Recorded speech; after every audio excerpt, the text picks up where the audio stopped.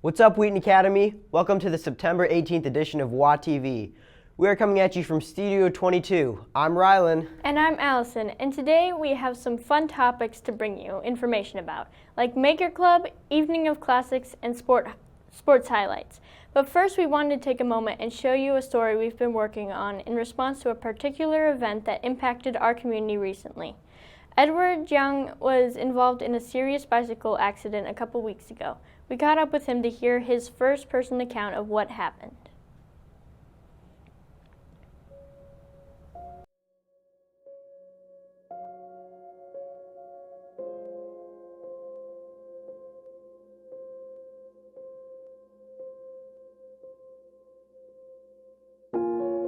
So this is where it all happened. I was riding my bike down this little hill over here. I was speeding up, and as I was crossing the street, my front wheel hit this little curb, and the front wheel just popped off.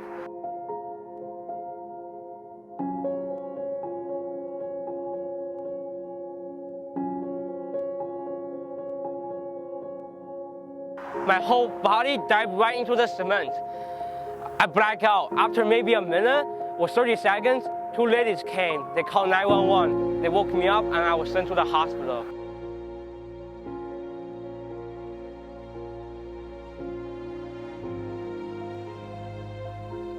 When I woke up, the first thing came to mind was, man, I'm gonna be so unique on my college application essay now.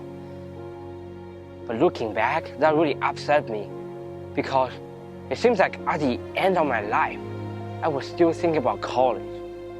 I could have just died right there. I couldn't stop bleeding and I was scared. I could have just died. The help I received from Wheaton Academy, family, and friends have really helped me understand how much I used to miss out on life. There's so many people that care for me and love me.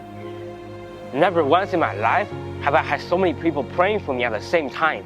And never once have I had so many moms competing to cook for me.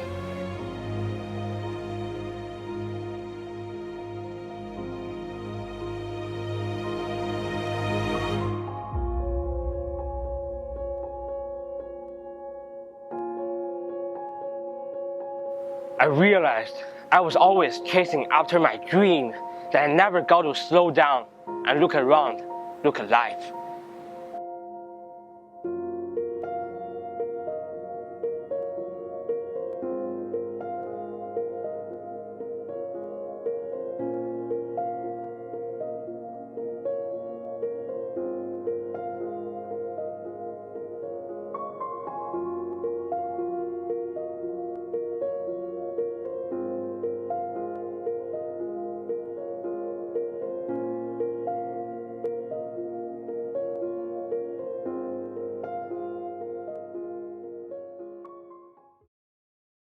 That story is a great reminder that even though we may not be directly involved in a tragic accident, our response matters.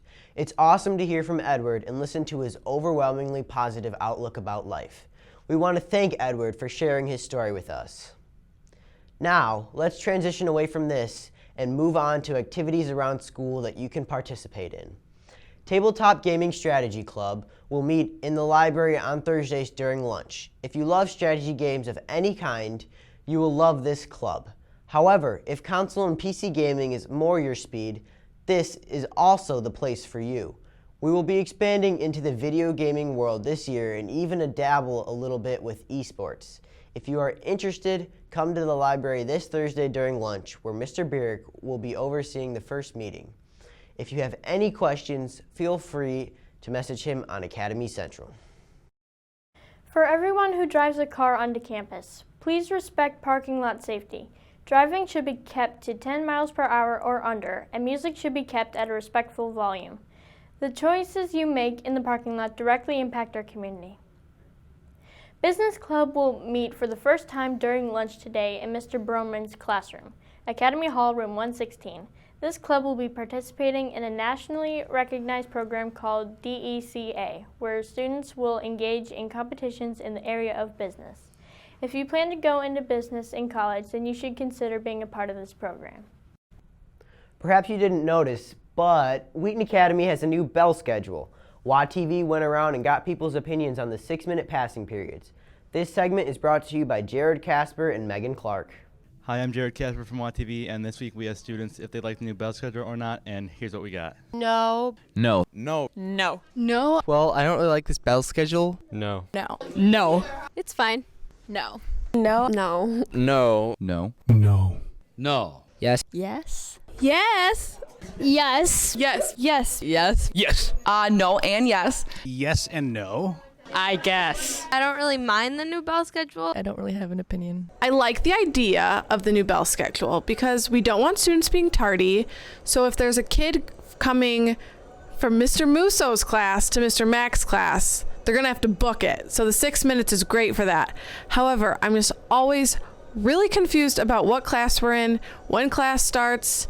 So thankfully, I have my handy dandy bell schedule posted. So the reason we have longer passing periods this year is because the increased distances between classes. So we decided to test out how long it actually takes to walk from the Idea Lab to the Field House and the Fine Arts Center drawing room to the Idea Lab. Here's what we got.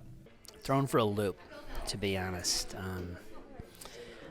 I was shocked. 6 minutes.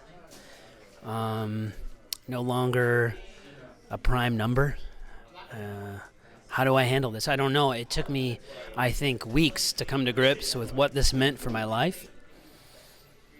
And I got to say that I think I appreciate now the additional time to get from room 1017 in the Fine Arts Center all the way up to room Studio 22. Because, dang it if it doesn't take 6 minutes. So I have a better understanding of why this has happened, and I do also have a complaint about the fact that I don't know when anything starts or ends anymore.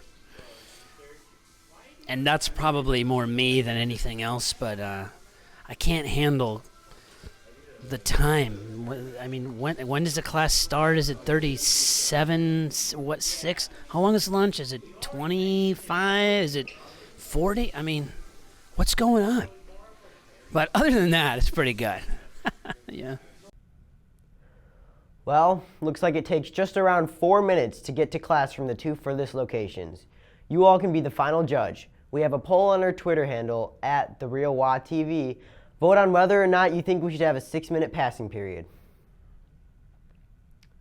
Are you looking for a way to make cool stuff using the latest tools and 3D technologies? What about the need you have to complete a project for class, but just need access to that one tool that will bring it to perfect completion? Or maybe you just want to make a Stormtrooper helmet or a Harry Potter wand. Get over to the Maker Club this Wednesday during lunch in the Idea Lab, which is located in the lower level of the Science and Technology Wing.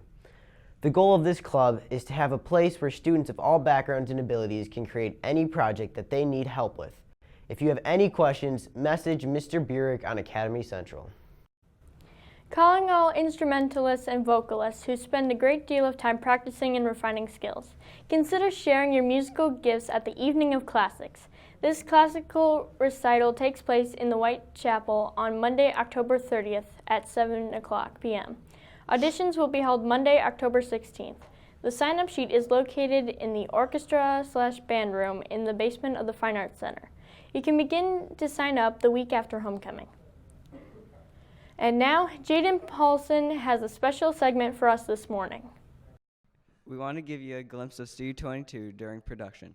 All our shows are done live on Monday morning, often with just one take. Today we have special guests here with us today. Thanks for stopping by, Mr. Brook. Good morning. I just wanted to stop by and talk a little bit about Senior Service Day. We've got a cool opportunity early in October where seniors are going to have the chance to serve all over the area based on wherever you'd like to serve. We're going to empower students to allow you to go find service projects. If you can't find one, then we will provide a couple for you in the morning. But it's our hope that seniors are going to rise up. They're going to work with each other in their friend groups, in new friend groups, in sports teams, in fine arts groups, and in classes to kind of impact the community in a brand new way that inspires us to serve because you can rather than because someone's making you. Okay, we appreciate your time this morning, Mr. Brook. Back to you, Rylan. Thanks, Jaden. Help is needed for set construction and painting for the fall musical. If you love to use power tools or want to try your artistic hand at beautifying a set, meet in the Idea Lab in the lower level of the Science and Technology wing with Mr. Bierk today at lunch. No experience is necessary. Show off your talents and creativity for this popular fall event. The trap team is hosting a shoot at St. Charles Sportsman Club September 22nd. Mr. Ellis is looking for 5 to 8 students who might be interested in shooting but do not have a FOID card or who have taken the hunter safety course. This is a unique opportunity that does not happen often. If you are interested, please see Mr. Ellis for a parental permission form that needs to be filled out by Thursday. The Project Lead Global team has a short video to inspire you to come to their homecoming launch event.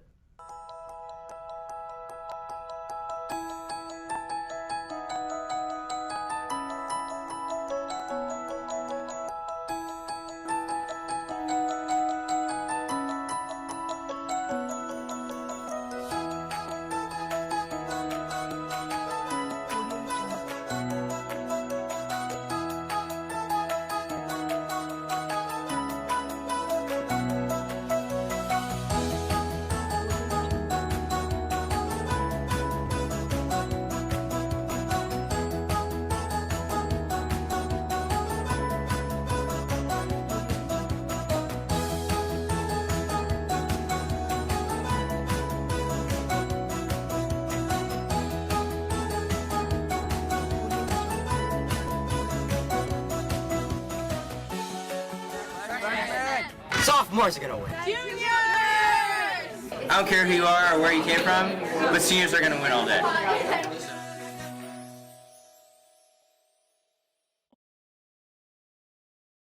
Let me tell you some quick information about this event. It takes place on Tuesday, October 3rd from 5 to 7 p.m. on the lawn in front of the White Chapel. It costs $5 to attend. There will be burritos, music, and spike ball. The money goes to support kids in the DR and Haiti, and your participation earns your class homecoming points. And now, let's shift gears and talk sports with Chas. Thanks, Rylan. Basketball season is almost here, and open gyms are getting in full swing. Check out the basketball bulletin board at the bottom of the stairs for schedule of both boys and girls open gym. Girls tennis is undefeated in dual meets, but struggled over the weekend at Maine South Invite. Finishing in 4th place, Carly Chan was the bright spot of the weekend, taking the second singles title in the tournament. Boys golf had a rough week, losing all 3 matches they played. They will look to bounce back against the conference opponents Fenton and Riverside Brookfield on Tuesday and Thursday respectively. Girls golf, on the other hand, had a great week, winning both their dual meets. They were led by Margaret Harmon, who wound up as the medalist in both those matches. She shot an impressive 37 last Thursday. Both the boys and girls cross-country team had to suffer the 90-degree heat on Saturday and run in 72 team invitational. The girls finished 37th and the boys were 49th place. We did, however, have 9 athletes finish with personal bests. Despite a rough first half, boys football managed to come away with 21-17 victory of Elmwood Park. They played away against Riverside Brookfield Friday night at 7:15 p.m. Boys soccer is now 7-4 on the season. On Saturday, they lost a really tight game against Plainfield Central, falling in the 9th round of penalty kicks. Our live stream team was able to beat at Thursday's game against Joliet Central. Here's a quick 30-second highlight of the goals scored.